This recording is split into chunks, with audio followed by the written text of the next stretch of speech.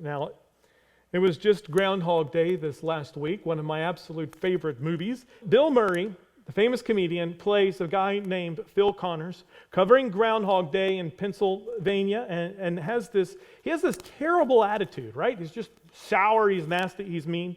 And the groundhog, now you might also note, he is also named Phil, Punxsutawney Phil, if I'm saying the name of the town right.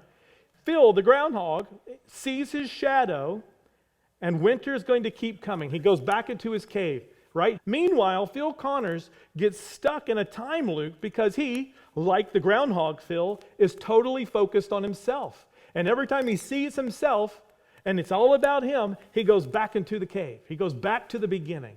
And he's just stuck in this entire loop.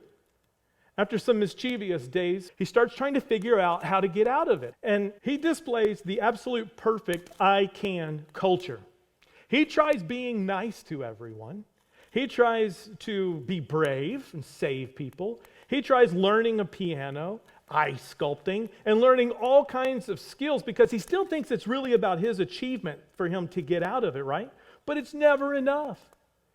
By the end of that point, he's just burning out. He's like, the only way for him to get out of it is to surrender and realize someone else in his life is more important than he is. His career or his achievements. That person is more important than any of those things. Of course, it's a sappy love ending because it's a Hollywood story, but the point's the same. You got to go back again to the very beginning, like a child, and realize that the path to true freedom, true greatness as a human being is not through I can. It's not through achievement. It's through total surrender. It is through echoing the greatest childlike humility that the world has ever known.